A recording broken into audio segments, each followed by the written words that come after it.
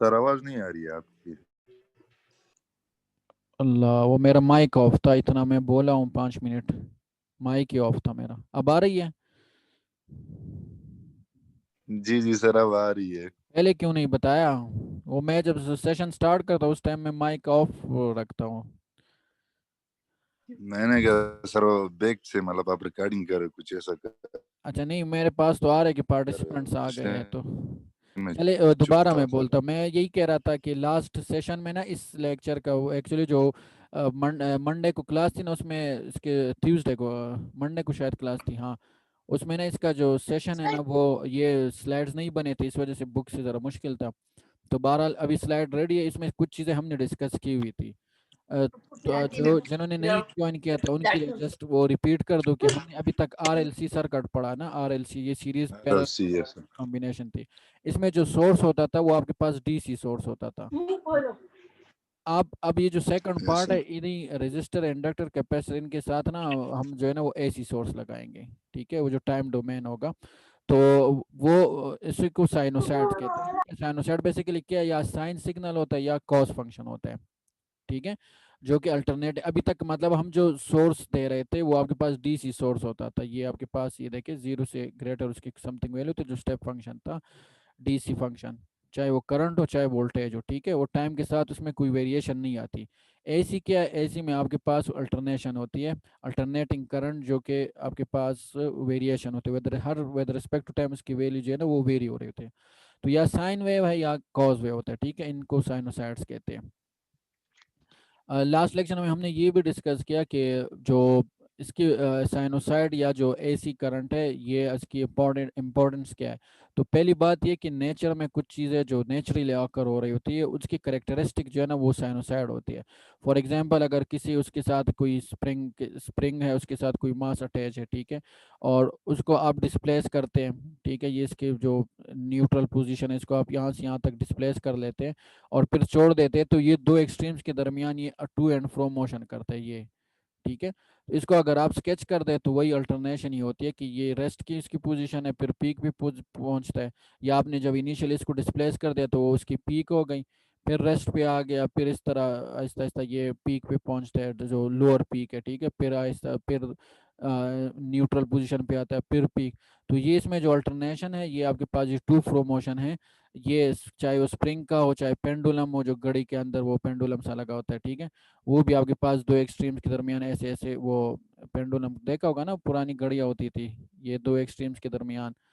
या वैसी पेंडुलम अगर किसी वायर के साथ आप कोई मास अटैच कर दे और उसे ऐसे डिस्प्लेस कर दे एक पोजीशन तक, उसे छोड़ दे, तो ये उसके रेस्ट पोजीशन पे आता है। ये इन दो रेजिस्ट एक्सट्रीम्स के दरमियान जो है वो एक फ्लक्चुएशन करता रहता है ऐसे। तो वो तो अलग बात है कि वो एयर रेजिस्टेंस और इसके अपनी वो जो स्ट्रेस वगैरह की वजह से ये और मास की वजह से ये फिर रेस्ट की तरफ आ जाता है। लेकिन अगर इनको हम निगलेक्ट कर दी तो ये इन दो एक्सट्रीम के दरमियान ऐसे वो करेगा, ठीक है, फ्लक्चुएशंस करेगा। तो जो ये चाहे आप पानी के अंदर कोई वो मार दे पत्थर वगैरह ना, तो उसके अंदर भी ऐसे वो वेव से बनते हैं, ठीक है, वो स्टार्ट में ज़्यादा होते हैं और फिर वो किनारे पे जाके वो ख़त्म होती है, ठीक है। तो ये सारी आपके पास एग्जाम्पल है साइनोसाइड्स की। दूसरी बात ये कि जो सेकंड जो इसका एडवांटेज है, साइनोसाइड सिग्नल इज इजी। ये आपके पास हमने लास्ट लेक्चर में कंपैरिजन किया था कि DC और AC में किसके क्या एडवांटेजेस है, ठीक है। DC का सबसे बड़ा एडवांटेज ये है कि इसको आप स्टोर कर सकते हैं। AC का सबसे बड़ा डिसएडवांटेज ये है कि इसको आप स्टोर नहीं कर सकते। घरों में आपने देखा होगा बैटरीज लगी होती है, उसके आगे फिर कन्वर्टर लगा होता है जो आपको फिर AC प्रोवाइड करता है, लेकिन बेसिकली वो तो स्टोर जो बैटरी करता है वो तो DC में करता है। DC का डिसएडवांटेज ये कि इसको आप लॉन्ग उसके लिए नहीं यूज़ कर सकते, इसमें लॉसेस काफ़ी आते हैं। AC का सबसे बड़ा एडवांटेज ये है कि इसको आप स्टेप अप स्टेप डाउन कर सकते हैं, लॉन्ग ट्रांसमिशन के लिए इसको आप यूज़ कर सकते हैं। इस वजह से होम्स में, फैक्ट्रीज में, लेबॉर्ट्रीज, हर जगह आपको यही AC जो अल्टरनेटिंग करंट है वो प्रोवाइड होता है, वो आपको अवेलेबल होगा। समझ रहे हैं इन चीज़ों को। जो आपके पास तीसरा इसका एडवांटेज था, हमने ये डिस्कस किया था कि इसको आप through Fourier analysis any practical periodic signal can be represented. हमने चूंकि अगर सिस्टम आप LTI ले लें, फोरियर एनालिसिस शायद आपने पढ़ा होगा जो सीनियर स्टूडेंट्स हैं, कि आप किसी भी सिग्नल को पीरियोडिक फंक्शन को ब्रेक डाउन करते हैं नंबर ऑफ साइनोसाइड्स में। तो अगर एक के लिए आप एनालिसिस कर दे, चूंकि वो पीरियोडिक सिग्नल है, आप कहते हैं कि अगले पीरियड के लिए भी इसकी यही प्रॉपर्टी होगी, मतलब एक साइकिल के लिए आप एनालाइज करते हैं, ठीक है, तो उसकी जो प्रॉपर्टी होगी फिर अगलों के लिए फिर हम उसके ऊपर इम्प्लीमेंट करते हैं कि अगले के लिए भी इसकी प्रॉपर्टी यही होगी, बिकॉज इट्स पीरियोडिक, इसकी प्रॉपर्टी पीरियोडिक है यही कि आपके पास जो फंक्शन है एफ ऑफ टी या सिग्नल वो सर्टन इंटरवल या पीरियड के बाद अपने आप को जो है ना वो रिपीट करता है। तो एक के लिए आप अगर उसके एक पीरियड के लिए लेट्स सपोज साइन या कॉस का पीरियड 2 पाई है, उसके लिए हम उसे एनालाइज कर लेते हैं, अगले साइकिल्स के लिए भी उसका बिहेवियर वही होगा। तो तीसरी आखिरी बात ये है कि जो साइनोसाइड है वो इजी टू हैंडल है, ठीक है, मैथमेटिकल इसको हम इजीली हैंडल कर सकते हैं, बिकॉज इसकी जो आप डेरिवेटिव ले ले साइनोसाइड का या इसका इंटीग्रल लेते वो दोनों साइनोसाइड ही आते हैं। देखिए आप कॉस का डेरा साइन का डेरिवेटिव लेते तो कॉस आते हैं ना, और कॉस का डेरिवेटिव लेते तो माइनस साइन आता है। सिमिलरली इसका आपके तो ये भी साइनोसाइड है, और हम आगे पढ़ेंगे कि ये साइन और कॉस बेसिकली एक ही चीज़ है, लेकिन इनमें 90 एंगल का फेज शिफ्ट होता है। ये साइन है, ये आपके पास कॉज है, जस्ट इसमें 90 एंगल का फेज शिफ्ट होता है, बाकी बात तो सेम है ना, यहाँ से यहाँ तक इसमें ये 90 एंगल का एडवांस या डिले शिफ्ट से आप कॉस से साइन या साइन से कॉस बना सकते हैं। तो आज लेक्चर में ना हम इसको नहीं टाइम डोमेन में ही इसको डील करेंगे, साइन से कॉस, कॉस से साइन। तो देखते हैं कि आगे क्या होता है, फिर हम जरा ऑब्जर्व करेंगे कि ये चीज़ तो काफ़ी कॉम्प्लिकेटेड है, टाइम कंज्यूमिंग है, तो इस वजह से फिर हम दूसरे टॉपिक फेजर्स की तरफ जाएंगे कि इसका अल्टरनेट फिर क्या है। ये सारी चीज़ें हम ऑलरेडी डिस्कस कर चुके हैं, ये थ्योरी लास्ट सेशन में हमने डिस्कस की थी, ठीक है। तो ये बेसिक सिग्नल प्लॉट है आपके साथ, ये नज़र आ रहे हैं टाइम डोमेन में साइनोसाइड को, लेट्स सपोज अगर वोल्टेज सोर्स है तो टाइम डोमेन में ये आपके पास आप इसे रिप्रेजेंट करते हैं V T is equal to V M sine omega T, अगर लेट्स सपोज में कोई फेज शिफ्ट नहीं है, साइन ओमेगा टी ये नीचे प्लॉट हुआ है दिस वन, ठीक है। ये क्या इसका बिहेवियर क्या है, साइन जीरो के ऊपर जीरो होता है, पाई बाई टू के ऊपर इसकी वैल्यू क्या होती है, मैक्सिमम होती है, साइन 91 होता है ना, तो जो ये मैग्नीट्यूड होगा एम्पलीट्यूड होगा वही इसकी वैल्यू होगी, जैसे 5 साइन ओमेगा टी, तो ये वैल्यू फिर 5 होगी, ठीक है, अगर 1 है तो 1 होगी वगैरह वगैरह। फिर पाई पी जीरो ये साइन वेव प्लॉट किया हुआ है। ये आपके पास जो इसमें वी एम है, वी एम क्या है, वो एम्पलीट्यूड ऑफ द साइनोसाइड है। ओमेगा क्या है, ओमेगा आपके पास एंगुलर फ्रीक्वेंसी, इसे हम रेडियन पर सेकंड में रिप्रेजेंट करते हैं। ये चीज़ें आप लोग एफएससी की चीज़ें आई थिंक पढ़ चुके हैं सारी चीज़ें, ठीक है ना। ओमेगा टी क्या, ओमेगा टी इसका आर्गुमेंट है, ठीक है, और जो इसका टाइम पीरियड होता है तो ओमेगा टी आपके पास इक्वल होता है, बेसिकली ओमेगा इक्वल होता है एंगुलर फ्रीक्वेंसी, वो 2 पाई एफ की इक्वल होता है, ठीक है, और एफ इक्वल होता है फ्रीक्वेंसी 1 ओवर टाइम पीरियड के। ऐसा है, कोई सुन रहे हो? Yes yes sir. Sir. Mustafa सुन रहे हो, फ्रीक्वेंसी इसकी इक्वल होती है ना, 1 ओवर टाइम, फिर टाइम यस सर। होता है, ठीक है। तो इसमें अगर हम ये पुट करें तो ओमेगा इक्वल हो जाएगा 2 पाई बाई टी हो जाएगा, ठीक। ठीक है। तो ये आपके यस पास, सर। या इसको हम ऐसे लिख सकते हैं कि omega T is equal to 2 pi, yes. ठीक है, ये omega T is equal to 2 pi, या इसे आप टी निकालें तो T is equal to 2 pi by omega, ठीक है। तो इधर इसको आप अगर इसको 2 पाई बाई ओमेगा, ये आपके पास एक उसमें एंगुलर ये ओमेगा टी के फॉर्म में, और ये एक सिंपल आपके पास स्मॉल टी के फॉर्म में। यहाँ इसका टाइम पीरियड, इसका ये टाइम पीरियड है ना इसका, ये एक साइकिल कितने में कवर करता है, 2 पाई में ना, 360 डिग्रीज। 360 या 2 पाई ना, तो टाइम पीरियड इसका क्या होगा, मतलब एक ये यहाँ से आप देखें ना कि टी इक्वल टू 2 पाई हो जाएगा ना, इसकी अगर आपके पास जो क्या कहते हैं, ये एक टाइम पीरियड इसका 2 पाई का है ना, यहाँ से यहाँ तक साइन का एक टाइम यस पीरियड सर। कितने का है, वो पाई का, तो हाफ कितने का होगा, T/2 का। Pi by 2। यहाँ बस बेसिकली ये टी इक्वल है 2 पाई के, ठीक है। Yes sir. तो ये जस्ट साइनोसाइड की बात हो गई, आगे चलें, इसे मैं क्लियर कर दूं, क्या लिखा हुआ है।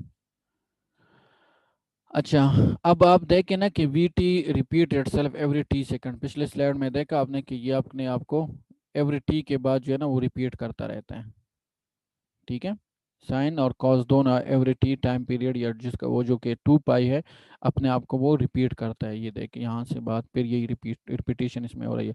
तो ये तो आपने कैलकुलस में भी पढ़ा होगा कि साइन और कॉस जो है ना वो पीरियोडिक फंक्शंस हैं। पीरियोडिक फंक्शन क्या कि वो जो टाइम टी के ऊपर उसकी वैल्यू होगी, तो टी प्लस कैपिटल टी जो टाइम पीरियड है, ये स्मॉल टी, और ये जो कैपिटल टी है बेसिकली इसका टाइम पीरियड है। तो इस स्मॉल टी के ऊपर इसकी जो वैल्यू होगी, उस स्मॉल टी के साथ इसके साथ उसका टाइम पीरियड ऐड करेंगे तो उसके ऊपर भी साइन या कॉस की वही वैल्यू होती है। ठीक है। और टी हमने प्रीवियस देखा कि वो 2 पाई/ओमेगा की इक्वल है। ठीक है। तो V M is equal to sine omega T, इसका जरा एलसीएम वगैरह ले लें। ठीक है, ये ओमेगा टी हो जाएगा। या अब आपके पास इसको देख के तो वी एम वो 2 पाई के ऊपर भी 2 पाई उसका पीरियड है, तो जो साइन ओमेगा टी होगा 2 पाई पी प्लस 2 पाई आप करेंगे तो उसके ऊपर भी वही वैल्यू होगी। ये आप देख लें कि ये जो वी टी ये लेट से वो जीरो ले लेना, तो 2 पाई इसके साथ ऐड करेंगे तो ये वाला पॉइंट आएगा 2 पाई। तो ये जीरो के ऊपर भी जीरो है और 2 पाई के ऊपर भी जीरो है। अगर आप कहे कोई और पॉइंट आप ले लें, सपोज आप पाई/2 ले लें, तो पाई/2 की उस पर वैल्यू जो है ना वो 1 है। तो अगर पाई/2 के साथ आप 2 पाई ऐड करेंगे तो ये पॉइंट आएगा 3 पाई/2, तो 3 पाई/2 के ऊपर भी ये वैल्यू क्या है वो 1 है। तो इस वजह से ये आपके पास डब्ल्यू टी जो है वो इक्वल होगा वी टी के। डब्ल्यू ये W T plus capital T equal होगा डब्ल्यू टी के। ठीक है, V T is equal to V T plus capital T. ठीक है, एक सेकंड, कोई यस मुझे सर। मैसेज कर रहा है। ठीक। तो आगे चलें, इसे क्लियर करते हैं आगे। अच्छा, that is V has the same value, ये तो बात होगी। Periodic function is the one that satisfied. ये अब आपके पास ये नहीं कि सिर्फ एक पीरियड के लिए होगा एक टी, तो ये एन टी जनरलाइज करते हैं हम फिर अगला फिर तो 2 टी 3 टी 4 टी पे भी वही जो इक्वेशन है ना वो सेटिस्फाई होगी। ठीक है, अब आगे चलें।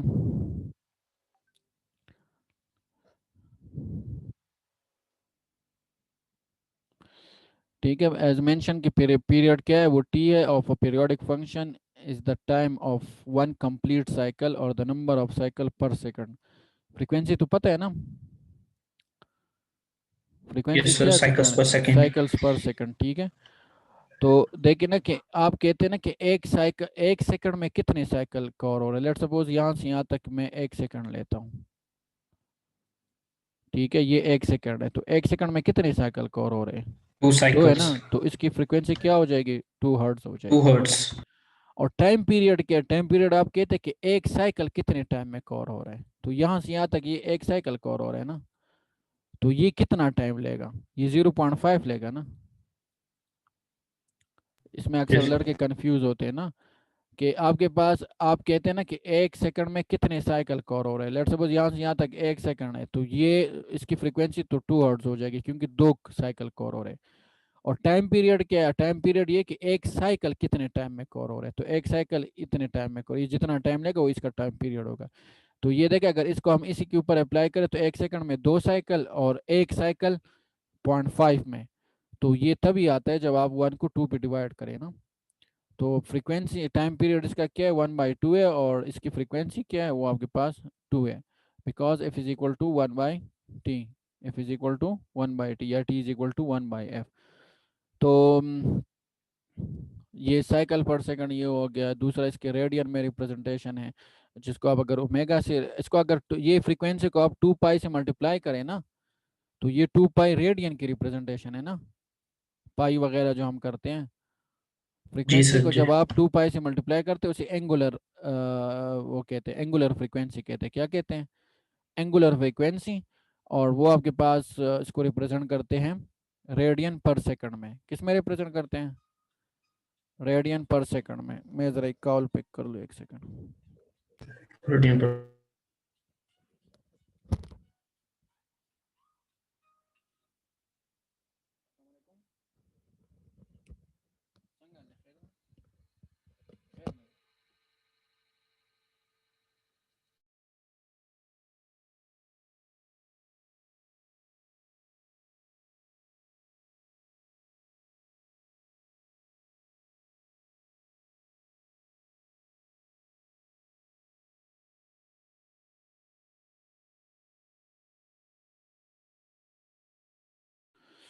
अच्छा जी, ठीक है। ये साइकिल पर सेकंड फ्रीक्वेंसी और रेडियन जब 2 पाई से आप इसे मल्टीप्लाई करें उसे एंगुलर फ्रीक्वेंसी कहते हैं, जिसे हम रेडियन पर सेकंड में रिप्रेजेंट करते हैं।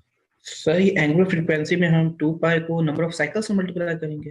हाँ, जो फ्रीक्वेंसी होती है ना, जो उसकी फ्रीक्वेंसी होती है उसे अगर आप 2 पाई से मल्टीप्लाई करते हो उसे रेडियन पर से, उसे एंगुलर फ्रीक्वेंसी फिर कहते हैं।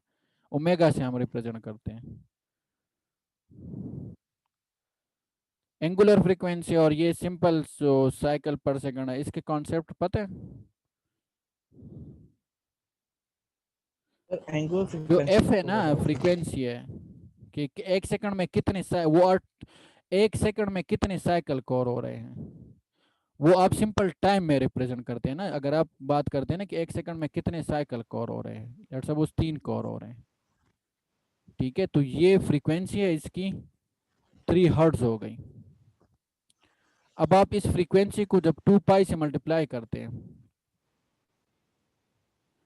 इसे फिर हम एंगुलर फ्रीक्वेंसी कहते हैं। अब आप तो पहले टी में रिप्रेजेंट करते हैं ना, अब हम ओमेगा टी से रिप्रेजेंट करते हैं। सही हो गया। सिंपल सी बात ये हो गई, जिस तरह ये प्रीवियस स्लाइड में था ना, ये पहले स्लाइड में ये देखे ये टाइम में है, ये सॉरी ये वाला साइड देखे ये टाइम में है। इसको जब आप 2 पाई से मल्टीप्लाई करेंगे, ठीक है, तो वो आपके पास वो इसको आप फिर ओमेगा टी के फॉर्म में रिप्रेजेंट करेंगे।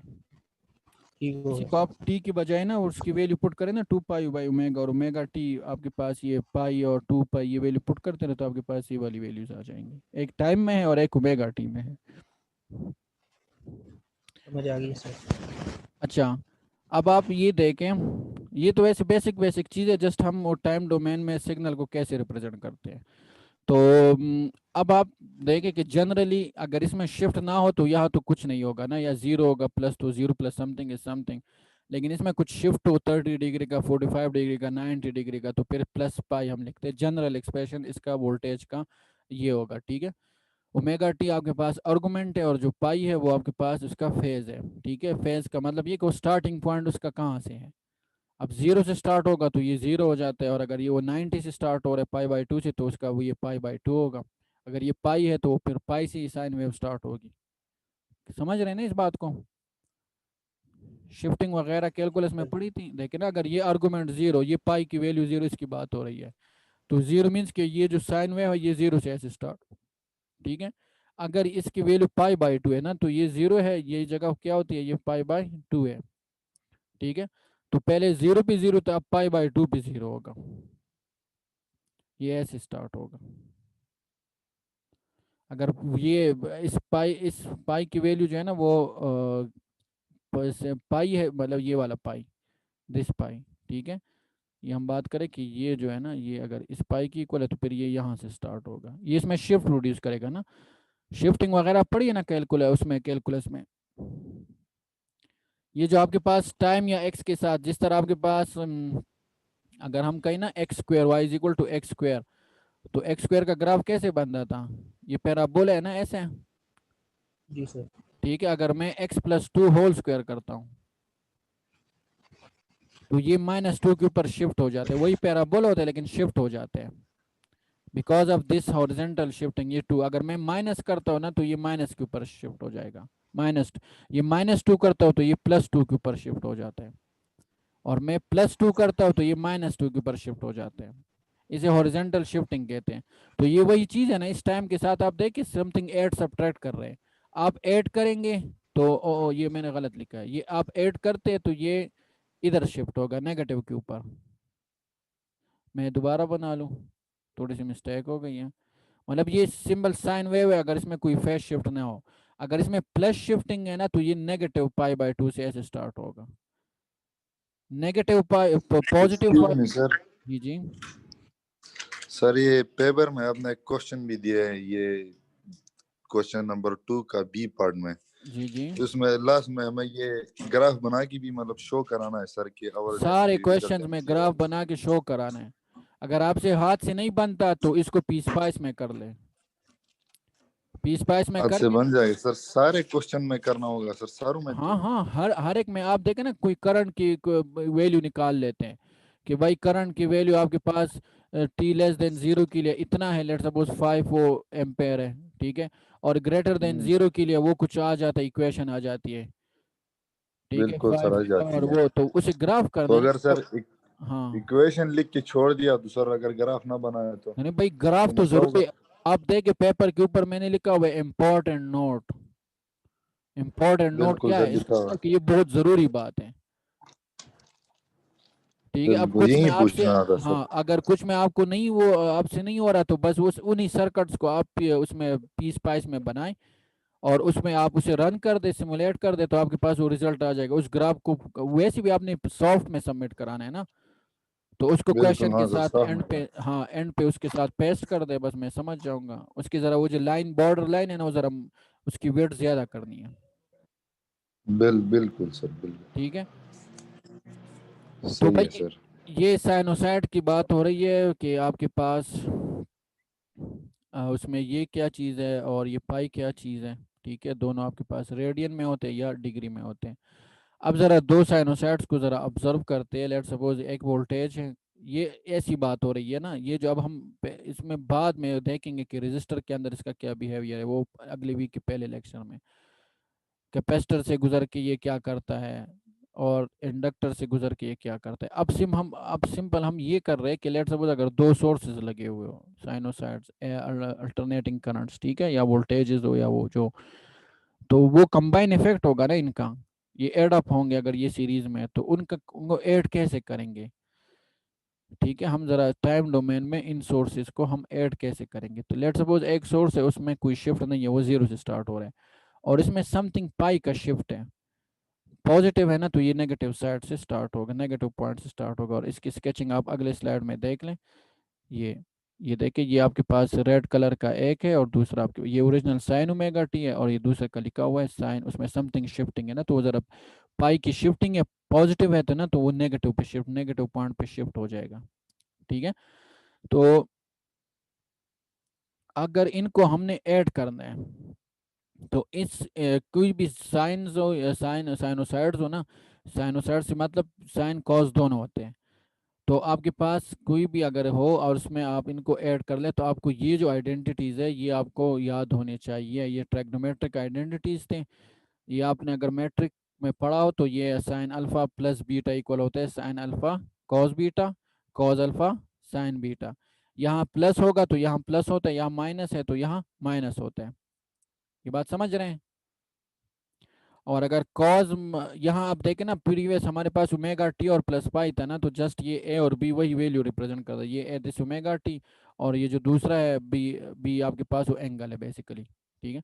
तो अगर दो अपने साइन के अल्फा और उसके कुछ एंगल है, ठीक है, ओमेगा टी और ये वो पाई, तो आप इसको ऐसे लिख सकते हैं sine alpha cos beta, cos alpha sign beta. यहाँ बीच में प्लस होगा तो यहाँ प्लस होगा, यहाँ माइनस है तो यहाँ माइनस होगा। कॉस के केस में अपोजिट होता है, कॉस में देखे cos alpha cos beta sine alpha sign beta, लेकिन यहाँ जब प्लस होता है तो यहाँ बीच में माइनस आता है, और यहाँ जब माइनस होगा तो यहाँ प्लस होता है। ये बात क्लियर हो गई।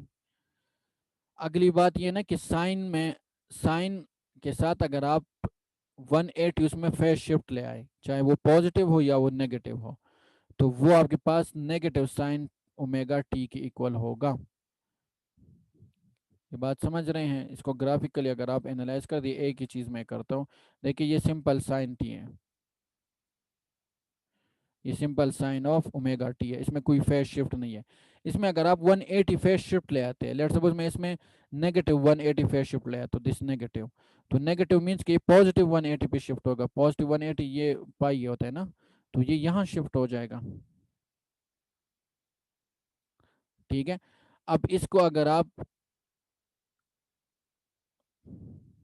ये इसका ये वो पूरा कर दे, तो इसको आप अगर इसके साथ कंपेयर कर लेना, तो ये साइन था, ये साइन ओमेगा टी, और ये क्या चीज़ है, ये जो नीचे मैंने बना लिया, ये नेगेटिव साइन है ना। इस पूरे साइन को आप नेगेटिव से ज़रब देंगे तो ऐसे फ्लिप, वर्टिकली फ्लिप हो जाता है, वर्टिकली फ्लिप हो जाता है। जो वैल्यू पॉजिटिव के ऊपर थी वो नेगेटिव के ऊपर आ जाती है, जो नेगेटिव के ऊपर आते होते हैं वो पॉजिटिव के ऊपर हो जाती है।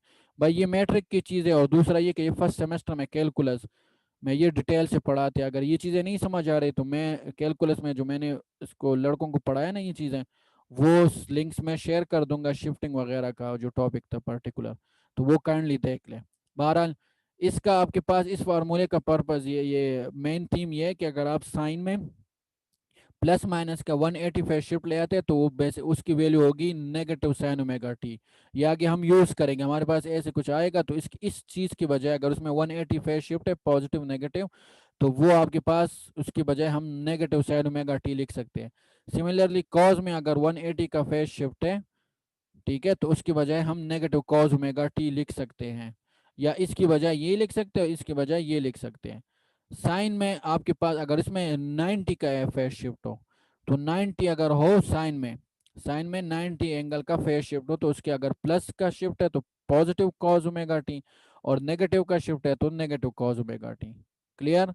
सिमिलरली अगर कॉज के सिग्नल में आपके पास नेगेटिव का शिफ्ट है 90 एंगल का, तो अगर पॉजिटिव है तो वो नेगेटिव साइन की इक्वल होगा। ये मैं जरा बता दूं, इसमें जरा सिर्फ ये वाला देख लीजिए, ऊपर में तो पॉजिटिव है तो पॉजिटिव, नेगेटिव है तो नेगेटिव ना, इसकी बात हो रही है। और अगर इसमें कॉज में आपके पास पॉजिटिव 90 या पाई/2 का शिफ्ट होगा, तो आपके पास वो नेगेटिव साइन ओमेगा टी की इक्वल होता है, अगर उसमें नेगेटिव का शिफ्ट होगा तो वो पॉजिटिव साइन ओमेगा टी की इक्वल होगा। ये फार्मूले भाई रिमाइंड करने हैं, ये याद रखने हैं आपने, ठीक है। अगला जो हम इसके ऊपर क्वेश्चन करेंगे उसमें ये यूटिलाइज होगा। अगली बात ये है याद रखने की, ये हम जो चैप्टर 9 है बेसिकली एसी एनालिसिस आज के बाद हमारा स्टार्ट हुआ है, तो एसी एनालिसिस के हमारे लिए ये जो चैप्टर नंबर 9 है ये फाउंडेशन है। ये बहुत ज़्यादा इंपॉर्टेंट लेक्चर है और इसको याद रखना है, वरना आगे कुछ नहीं समझ आएगा। आगे तो फिर इसमें हम ये अप्लाई करेंगे ना, आप कहेंगे ये वैल्यू कहाँ से आई, तो ये इन्हीं स्लाइड से आएगी, ठीक है, तो इसको याद रखना है। दूसरी बात ये कि हमने चूंकि बता दिया ना कि कॉज और साइन में कितने एंगल का फेज शिफ्ट होता है, 90 एंगल का फेज शिफ्ट होता है। तो अगर इसको हम वैसे ही ड्रा कर दे, तो अगर ये कॉज है तो इसका परपेंडिकुलर साइन इसका क्या होगा, इसके साथ परपेंडिकुलर होगा। दूसरा है कि एंगल को जब आप एंटी क्लॉकवाइज प्लॉट करते हैं तो उसकी वैल्यू पॉजिटिव होती है, और जब इसे आप एंटी क्लॉकवाइज प्लॉट करते हैं तो वो नेगेटिव होती है। अगर मैं कॉज बना लूँ, ये कॉज सिग्नल है, देखें ये कॉज है ना, 0 के ऊपर 1 होता है कि नहीं है? तो कुछ है। इससे मैं साइन कैसे बनाऊं, ये कॉज वैसे ऐसे पीछे से आ रहा होता है ना क्योंकि पीरियोडिक है, ये वैल्यू इसकी नेगेटिव पाई/2 होती है। इसको मैं साइन कैसे बना सकता हूँ, इसको जब मैं आगे ले जाऊं, ये पॉइंट को मैं आगे ले जाऊं, कितना आगे ले जाऊं, पाई/2 आगे ले जाओ ना, तो साइन बन जाएगा ना। तो आगे ले जाने के लिए मैं इसके साथ क्या करूंगा,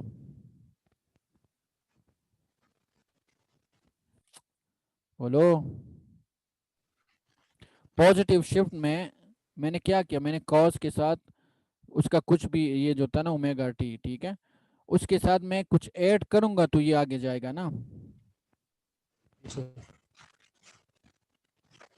समझ रहे कि नहीं समझ रहे हो? ऐड करूंगा कि सब्ट्रैक्ट करूंगा? सब्ट्रैक्ट करेंगे तो पॉजिटिव शिफ्ट आएगा, ठीक है। तो ये देखे ये कॉज है और उसमें 90 एंगल या 90 डिग्री का या पाई/2 का जो शिफ्ट है वो आपके पास क्या बना के दे रहा है, साइन दे रहा है, ठीक है। सिमिलरली अगर आप उसमें पॉजिटिव 90 एंगल का करेंगे तो वो आपके पास नेगेटिव साइन बनेगा, क्या बनेगा, नेगेटिव साइन ओमेगा टी बनेगा, ठीक है। इस साइड पे पॉजिटिव, ये उसके नेगेटिव, ये दूसरे ग्राफ में भी आपको क्लियर है। तो ये यहाँ से यहाँ तक ये टोटल कितना बनेगा, 90 और 90, ये तो ये टोटल कितने का होता है, वो 180 का होता है। उन फार्मूले को जरा ग्राफिकली वो एनालाइज किया हुआ है। इसमें अगली बात ये है कि एडिंग अगर 180 डिग्री आप स्केलिंग के बारे में बता रहे स्केलिंग तो ये है ना कि देखिए अगर ये साइन टी है ना, तो ये साइन टी मैंने बना दिया, तो अगर मैं 5 साइन टी करूंगा तो इसका एम्पलीट्यूड स्केल हो जाएगा, ज्यादा हो जाएगा, ये एम्पलीट्यूड, इसको एम्पलीट्यूड स्केलिंग कहते हैं। मतलब पहले अगर 2 था तो फिर 5 हो जाएगा, सॉरी, मैंने कहा अगर पहले 2 वोल्ट का एम्पलीट्यूड था फिर वो 2 × 5 10 वोल्ट का हो जाएगा। नहीं नहीं नहीं नहीं नहीं, अगर पहले 2 था और इसी 2 को आपने 5 से ज़रब दिया तो 10 हो जाएगा ना, तो ये 10 हो जाएगा, फिर ऐसे और उस तरह, इसे एम्पलीट्यूड स्केलिंग कहते हैं। फ्रीक्वेंसी नहीं चेंज हो रही इसकी, फ्रीक्वेंसी इसकी तब चेंज होगी जब ये वाले चीज़ आप छेड़ोगे, टी के साथ कुछ चीज़ मल्टीप्लाई या डिवाइड करोगे, समझ रहे हैं? अब इसकी फ्रीक्वेंसी 1 है, 1 है इसकी सही सर। फ्रीक्वेंसी। इधर अगर आप 2 लिखोगे तो 2 फ्रीक्वेंसी हो जाएगी, 3 लिखोगे तो 3 फ्रीक्वेंसी हो जाएगी। क्लियर?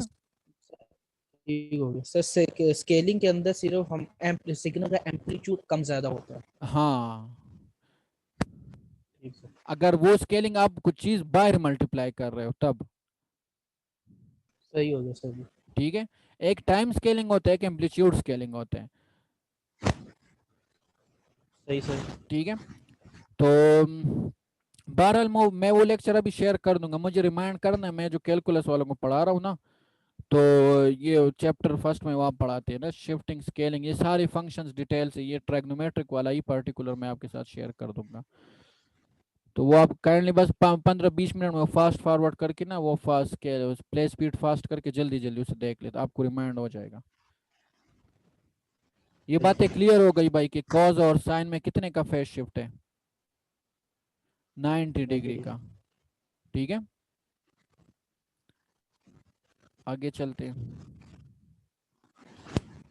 मैं चाहता हूँ वो एग्जाम्पल आज हम कवर कर ले कि आपको वो समझ आ जाए। अच्छा, द ग्राफिकल, अच्छा अब दो सिग्नल्स को या तो आप ग्राफिकली ऐड कर सकते हैं या यूजिंग दोज, जो अभी हमने ट्रैग्नोमेट्रिक आइडेंटिटीज देखी थी पिछले इससे 2 स्लाइड पहले, उसमें इस ये वाले, या तो ये टेक्निक यूज करके आप दो को ऐड कर सकते हैं, या अब वो ऐड का मतलब क्या, लेट्स सपोज एक सिग्नल आपको साइन की फॉर्म में गिवन है और अगला आपको कॉस की फॉर्म में गिवन है, तो साइन और कॉस ऐसे थोड़ी ऐड होते हैं, या तो दोनों को कॉस बनाना पड़ता है या दोनों को साइन बनाना पड़ता है, ऐसा है ना? तो ये जो टेक्निक है इसकी मदद से हम साइन से कॉस बना सकते हैं, देखें ना, ये साइन से कॉस बना है, ये देखें। ठीक है, और ये कॉस से आप साइन बना सकते हैं, या उसमें 90 का शिफ्ट होता है या उसमें 180 का शिफ्ट होता है नॉर्मली। ठीक है, और अगर नहीं है तो फिर उसके साथ हम कुछ ऐसी चीजें ऐड सब्ट्रैक्ट करते हैं कि वो 180 बन जाए। लेट्स सपोज उसमें शिफ्ट 30 का है, तो 30 से हम 90 कैसे बनाएंगे? 60 से 60 मल्टीप्लाई ऐड करेंगे। करेंगे और 60 सब्ट्रैक्ट करेंगे। सही। और एंगल हो तो उसको हम फिर या 90 पे ले आते हैं या 180 पे, उसको लाने के लिए ऐड सब्ट्रैक्ट करते हैं कुछ। तो एक टेक्निक तो ये, दूसरा ग्राफिकल अप्रोच है। ग्राफिकल अप्रोच क्या है कि लेट्स सपोज आपको दो सिग्नल गिवन हो ना, ठीक है, तो एक हमने अभी ये इसमें देखा कि ये दोनों आपस में क्या है, परपेंडिकुलर है, उनमें जो एंगल है वो आपके पास एंगल डिफरेंस है वो 90 डिग्री का, परपेंडिकुलर होता ही आपके पास 90 डिग्री के ऊपर होते हैं।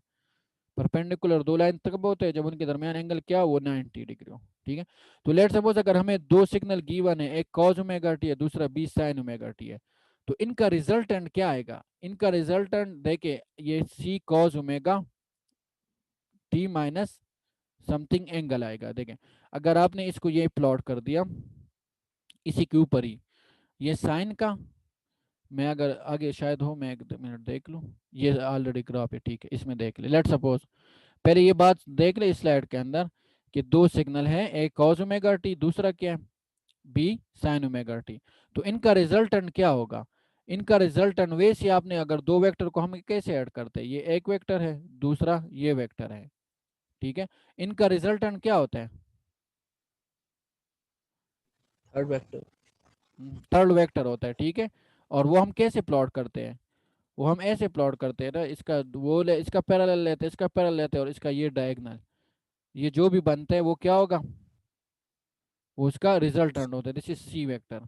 ठीक है, अगर इसको हम जरा वैसे नॉर्मली ये ए वेक्टर ले ले, ये बी एक वेक्टर है, ठीक है, तो इसका हम ऐसे डायगोनल प्लॉट वो करते हैं, पैरेलल लाइन, इसका पैरेलल लाइन, ये जो होता है ये A C is equal to A plus B होता है। अब वो जो है वो है लेंस वगैरह, ये बेसिकली कॉस और ये बी साइन ओमेगा टी, तो इसका थर्ड कुछ आएगा कॉस की फॉर्म में या साइन की फॉर्म में भी आ सकते हैं, देखते हैं अगर डिपेंड करते हैं। ठीक है, तो इसको अगेन मैं क्लियर कर दूं। अच्छा, अब अगर वो थर्ड कंपोनेंट आता है, ठीक है, तो ये आपके पास बेसिकली क्या बनता है, एक रेक्टेंगल बनता है ना, ये एक था, ये दूसरा था। ठीक है, तो इसका जो रिजल्टेंट आ गया वो ये है। अब इस रिजल्टेंट का आप देखें ना, ये हॉरिजॉन्टल कंपोनेंट होता है, ये क्या होता है, वर्टिकल कंपोनेंट होता है। ये एक रेक्टेंगल ट्रायंगल बन गया, क्या बन गया, ट्रायंगल बन गया।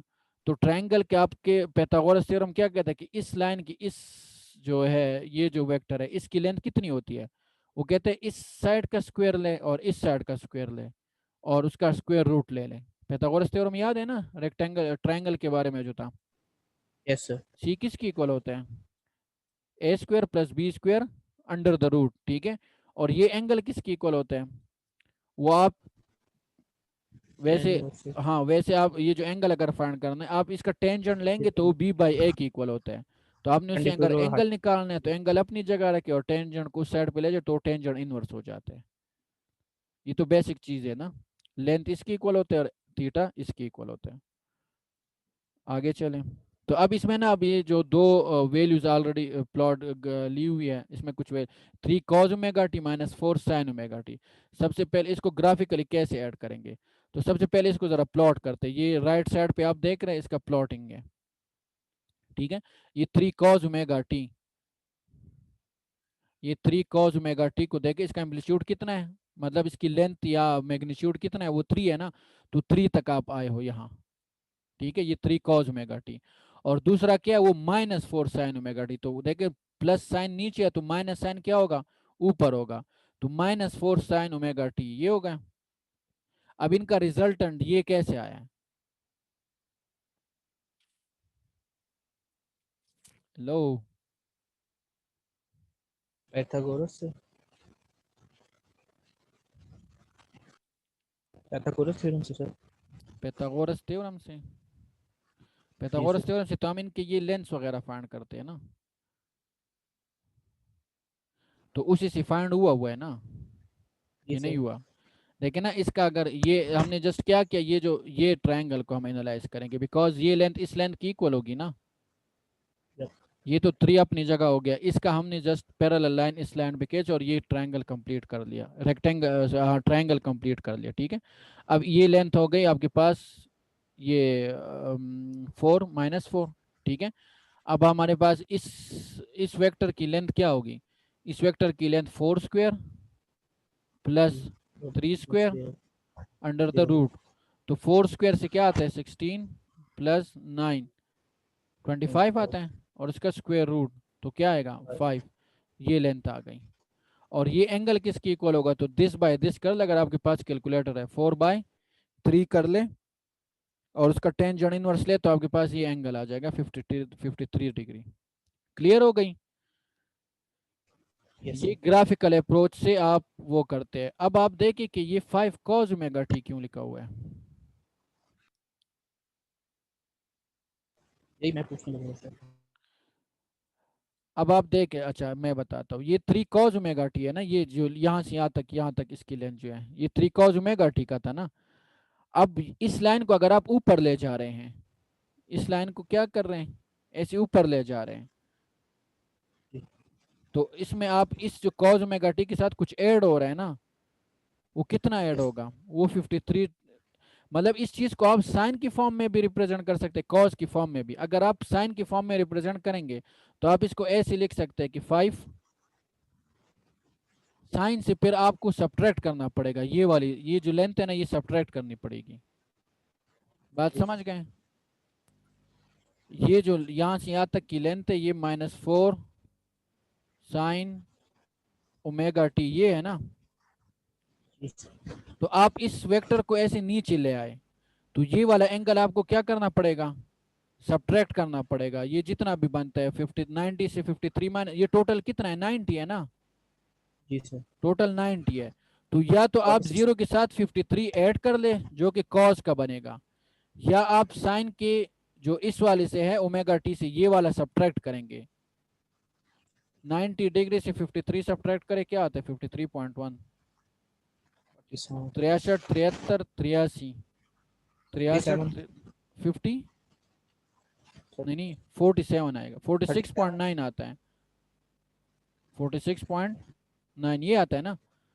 तो या आप लिखे कि 5 साइन ओमेगा टी माइनस 46.9, ठीक कह रहा हूँ 36.9। 36.9 हाँ। या आप कॉस के साथ 53 ऐड करेंगे तो ये लेंथ आ जाएगी, ये वेक्टर आ जाएगा। ठीक हो गया यहाँ तक। Yes sir. अब आगे चले।